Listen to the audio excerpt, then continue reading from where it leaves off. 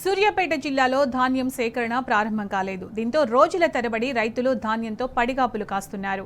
జిల్లాలో ఇప్పటివరకు ఒక్క గింజ కూడా సన్నధాన్యాన్ని కొనుగోలు చేయలేదని రైతులు మండిపడుతున్నారు.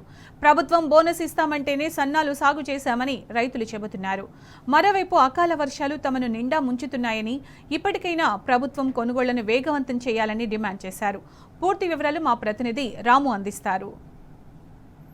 సూర్యాపేట జిల్లాలో ధాన్యం కొనుగోలు కాక రైతులు ఎక్కడికక్కడ కూడా ఇబ్బందులు పడుతూ ఉన్నారు. ఆకాశంలో మబ్బులు వస్తూ ఉంటే వాళ్ళ గుండెలన్నీ కూడా అవిసిపోతూ ఉన్నాయి. వాళ్ళ కళ్ళలో కన్నీటిగా మనకు కనపడుతూ ఉంది. వర్షాలకు వర్షార్పణ అవుతూ ఉన్నాయి. ధాన్యం అంతా కూడా తడిసి ముద్దవుతుంది. ప్రస్తుతం మనం ఆత్మకూరియస్ మండల కేంద్రంలో ఉన్నాం. ఇక్కడ చూడొచ్చు, వీళ్ళు ఒడ్లు పోసుకొని 15 రోజులు 20 రోజులు దాటింది. కానీ ఇప్పటివరకు ఏ ఒక్క అధికారం రాలేదు, ఏ ఒక్క ప్రజాప్రతినిధి రాలేదు. ధాన్యం కొనుగోలు అనేది ప్రారంభం కాలేదు. లారీలు కాంటాలు కావట్లేదు. ఎక్కడికి వెళ్ళినా కూడా ఇదే రకమైనటువంటి పరిస్థితి మనకు కనిపిస్తూ ఉంది. అకాల వర్షాలు వస్తూ ఉన్నాయి. ధాన్యం అంతా కూడా తడిసి ముద్దవుతుంది. ఇప్పటివరకు కొనుగోలు ప్రారంభించకపోతే ఎట్లా అంటూ కూడా వాళ్ళు ప్రభుత్వాన్ని ప్రశ్నిస్తున్నారు. ప్రస్తుతం ఆత్మకూరియస్ మండల కేంద్రంలోని కొనుగోలు కేంద్రం వద్ద రైతన్నలు మనతో ఉన్నారు. వారితో మనం మాట్లాడదాం. ఎన్ని రోజులైంది, ఎందుకు కొనుగోలు జరగట్లేదు, అధికారులు ఏమంటున్నారో వారి మాటలు తెలుసుకుందాం. అన్న, ఏం పేరు మీ పేరు? నా పేరు లక్ష్మణ్ సార్. ఎన్ని రోజులైంది మీ ధాన్యం పోసి? 15 రోజులు. ఏమంటున్నారే, ఎందుకు కొనుగోలు చేయట్లేదు? పై నుంచి మాకు ఆదేశాలు రాలేదంటాడు. ఇక మరి ఎట్లా సార్ అని లక్ష్మారెడ్డిని బదిలాడితే వస్తాయి పైనుంచి ఆదేశాలు రాలేదని అని అంటాడు. ఇక అట్లా 15 రోజులు అయింది సార్. వర్షాలు వస్తున్నాయి, వర్షం వస్తుండే సార్ అని అంటే మరి నేనేం చేయనని ఆయన అంటాడు. బోనస్ క్వింటాకు 500 బోనస్ వేస్తామన్నారు. బోర్డు రాసి పెట్టిర్రు. అది లేదు, ఇది లేదు. ఇంతవరకు అసలు వచ్చేటోళ్ళే లేరు. ప్రైవేట్ మిల్లుల కాడిపోతే వాళ్ళు ఇష్టం వచ్చినట్టు దోపిడీ. ఇక ఒక రాశిలనే 15 డబ్బాలు అయితే ఒక రాశిలనే 2200 కొన్ని అన్నాడు, 2100 కొన్ని అన్నాడు. మరొక రైతు ఉన్నారు. ఎన్ని రోజులు అయిందండి, ఎందుకు కొనుగోలు జరగట్లేదు? 15 రోజులు దాటినా కూడా కొనుగోలు చేయకపోతే ఎట్లా? వర్షాలు వస్తున్నాయి కదా, బాధపడుతురా? ప్రభుత్వాలు అధికారులు ఎవరు పట్టించుకుంటలేదండి. ఇప్పుడు 15 రోజులు అయింది. తెల్లందాక పోందాక ఇక్కడ బయట ఉంటున్నాం. మాది ఏపూరు నుంచి వచ్చి ఇక్కడ పోసినాం. ఏపూరు మార్కెట్ కూడా ఉంది, కానీ అక్కడ సన్నాలు పోయొద్దంటే ఆత్మకూరియస్ మండలంలో పోయని చెప్తే ఇక్కడ తెచ్చి పోసినాం. ఇప్పుడు 15 రోజులు అయింది. తెల్లందాక పోందాక ఇక్కడ బయట ఉంటున్నాం. వర్షాలకు మేము ఇబ్బందులు పడుతున్నాం. ఏ అధికారి కూడా పట్టించుకోవట్లేదు ఇంతవరకు. మాకు కలెక్టర్ గారు పట్టించుకొని మాకు ధాన్యాన్ని కొనుగోలు చేయాలని కోరుతున్నాం. నువ్వు చెప్పి ఏమడుగుతున్నావు ప్రభుత్వాన్ని, కలెక్టర్ని? వడ్లు అమ్ముడు పోవాలి, మంచిగా ఇవ్వాలి అని అంటాను. ఏమంటుంది, పెట్టుబడులు వెళ్ళాలి. మాకు నానా ఇబ్బంది అవుతుంది. రైతుల బగులు ఇక్కడ మంచాలు వేసుకొని పంతున్నాం. ఆన గాలి వస్తుంది, ఆన వస్తుంది. నానా ఇబ్బందులు పడుతున్నాం. రాళ్ళు పడుతున్నాయి. నానా ఇబ్బందులు పడుతున్నాం. అయ్యా మాకు దెబ్బన కథ కావాలని అంటున్నాం.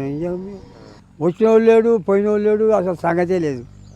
మరి ఇదేం పార్టీ, ఇది కాంగ్రెస్ పార్టీ, ఇదేదో అర్థం కావట్లేదు. నాకైతే అర్థం కావట్లేదు. మరొక మహిళా రైతు ఉన్నారు. అమ్మ, ఎన్ని రోజులైందమ్మా మీరు ధాన్యం పూసి? ఎందుకు కొనట్లేదమ్మా? 15 రోజులు వెయిట్ చేయాలంటే రావట్లేదంటారు సార్.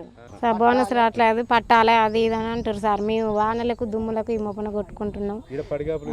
కాయాలంటే ఎట్లా ఆడవాళ్ళం కొంచెం పరిస్థితి కనిపెట్టి చూడరు సార్ అని కోరుకుంటున్నాం సార్. సన్నాలు పెట్టాలి, దొడ్డుట్లు పెట్టలేదు అని అన్నారు కదా సార్. పెట్టినాం. మరి పెట్టినప్పుడు రావాలి కదా సార్, ఎమ్మటే వచ్చి కొనాలి కదా సార్. మరి ఎండ పెట్టాలంటే ఎంతకన్నా 20 ఫుట్లు 30 ఫుట్లు అయిన ఏం ఎండ పెడతారు సార్? చెప్పు కొంచెం.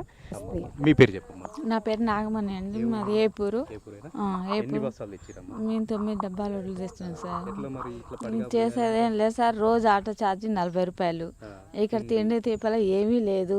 సాయంత్రం అయితే ఊరికి రావడం, ఇక పొద్దున వచ్చి సాయంత్రం దాకా ఇక్కడనే ఉండి పోతున్నాం. నైట్ వచ్చేసరికి ఆ పట్టాలు ఉండ, వర్షం వచ్చేసరికి అవి దడిచిపోతున్నాయి. మళ్ళీ తిరగొట్టి 3 సార్లు తిరగొట్టినాం. కింద దడిచింది, మీద దడిచింది, మొత్తం దడిచిపోయినాయి.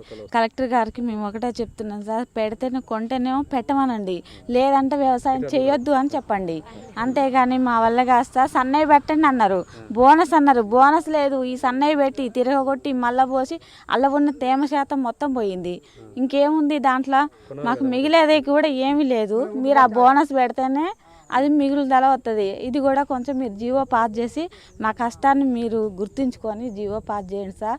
తొందరగా లోన్లు ఎత్తామని మీరు అది పైన సెంటర్ వాళ్ళకి కాల్ చేస్తేనే ఇది పని అవుతుంది. నాటు పెట్టిన రోజు మొదలు పెడితే చివరి దాకా ఇబ్బందే ఉంది.